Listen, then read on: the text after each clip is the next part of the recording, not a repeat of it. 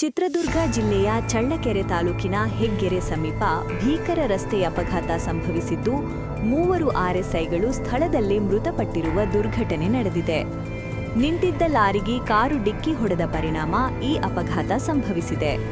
ಅಪಘಾತದಲ್ಲಿ ಮಂಜುನಾಥ್, ಅಂಬರೀಶ್ ಮತ್ತು ಸಚಿನ್ ಎಂಬ 3 ಆರ್ಎಸ್ಐಗಳು ಸ್ಥಳದಲ್ಲೇ ಸಾವನ್ನಪ್ಪಿದ್ದಾರೆ ಎಂದು ತಿಳಿದುಬಂದಿದೆ. ಮೃತರು ಬೆಂಗಳೂರಿನ ಪೊಲೀಸರು ಎಂಬ ಮಾಹಿತಿ ಲಭ್ಯವಾಗಿದ್ದು, ಅವರು ಬೆಂಗಳೂರಿನಿಂದ ಬಳ್ಳಾರಿ ಕಡೆಗೆ ಪ್ರಯಾಣಿಸುತ್ತಿದ್ದ ವೇಳೆ ಈ ದುರ್ಘಟನೆ ನಡೆದಿದೆ ಎನ್ನಲಾಗಿದೆ. ಅಪಘಾತದ ತೀವ್ರತೆಗೆ ಕಾರು ಸಂಪೂರ್ಣವಾಗಿ ಜಖಂಗೊಂಡಿದ್ದು, ಸ್ಥಳದಲ್ಲೇ ದುಃಖದ ವಾತಾವರಣ ನಿರ್ಮಾಣವಾಗಿದೆ. ಘಟನೆಯ ಮಾಹಿತಿ ತಿಳಿದು ತಕ್ಷಣವೇ ಚಳ್ಳಕೆರೆ ಪೊಲೀಸರು ಸ್ಥಳಕ್ಕೆ ಭೇಟಿ ನೀಡಿ ಪರಿಶೀಲನೆ ನಡೆಸುತ್ತಿದ್ದಾರೆ. ಅಪಘಾತದ ನಿಖರ ಕಾರಣದ ಬಗ್ಗೆ ತನಿಖೆ ಮುಂದುವರೆದಿದೆ. ಈ ಘಟನೆ ಸ್ಥಳೀಯರಲ್ಲಿ ಆಘಾತ ಮೂಡಿಸಿದ್ದು, ಮೃತರ ಕುಟುಂಬಸ್ಥರ ದುಃಖ ಅಳತೆಯಿಲ್ಲದಂತಾಗಿದೆ.